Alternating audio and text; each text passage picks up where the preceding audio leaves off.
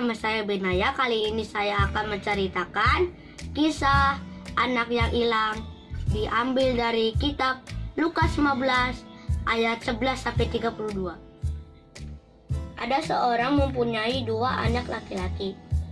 Anak bungsu meminta kepada ayahnya untuk membagikan harta yang menjadi bagiannya. Ayahnya membagi hartanya kepada kedua anaknya. Anak bungsu itu menjual harta miliknya dan pergi ke negeri yang jauh.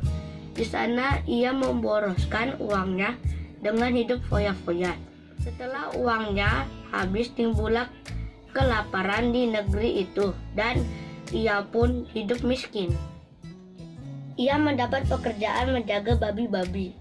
Ia lapar sekali dan ingin makan dengan ampas yang menjadi makanan babi, tapi tidak ada yang memberikan kepadanya. Ia ingat di tempat ayahnya berlimpah makanan. Ia menyadari dan kembali kepada ayahnya. Dari kejauhan, ayahnya melihat anak bungsunya. Tergeraklah hatinya oleh belas kasihan. Ayahnya berlari menghampiri anak bungsunya dan memeluknya.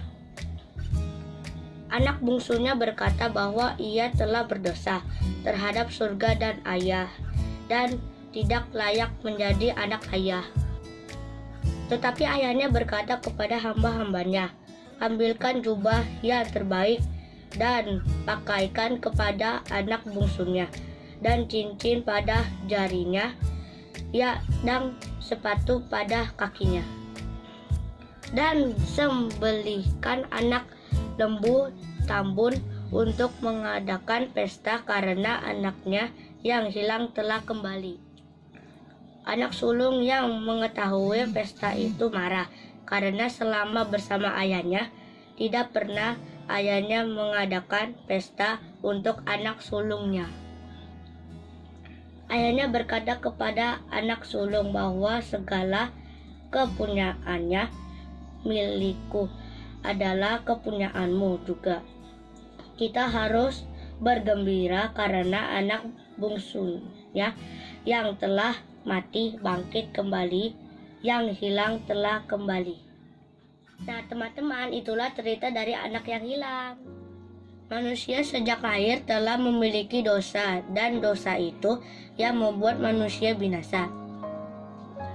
Dari kisah anak yang hilang, ayahnya menerima anak bungsunya karena anak bungsunya telah menunjukkan bertobatan melalui penyesalan dan mengakui kesalahannya.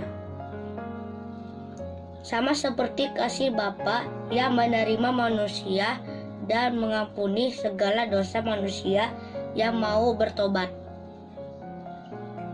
Yohanes 3 ayat 16. Karena begitu besar kasih Allah akan dunia ini, sehingga ia telah mengaruniakan anaknya yang tunggal, supaya setiap orang yang percaya kepadanya tidak binasa, melainkan peroleh hidup yang kekal.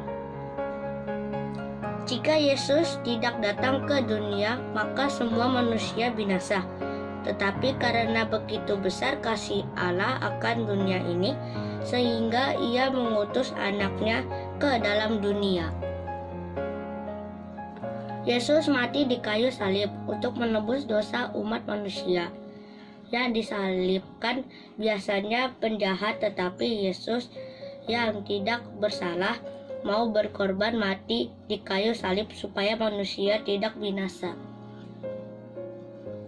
Karena Yesus telah berkorban mati untuk menebus dosa saya mau taat pada perintah Tuhan, taat pada orang tua, sayang kepada kakak, bantu teman yang membutuhkan pertolongan, dan lain-lain.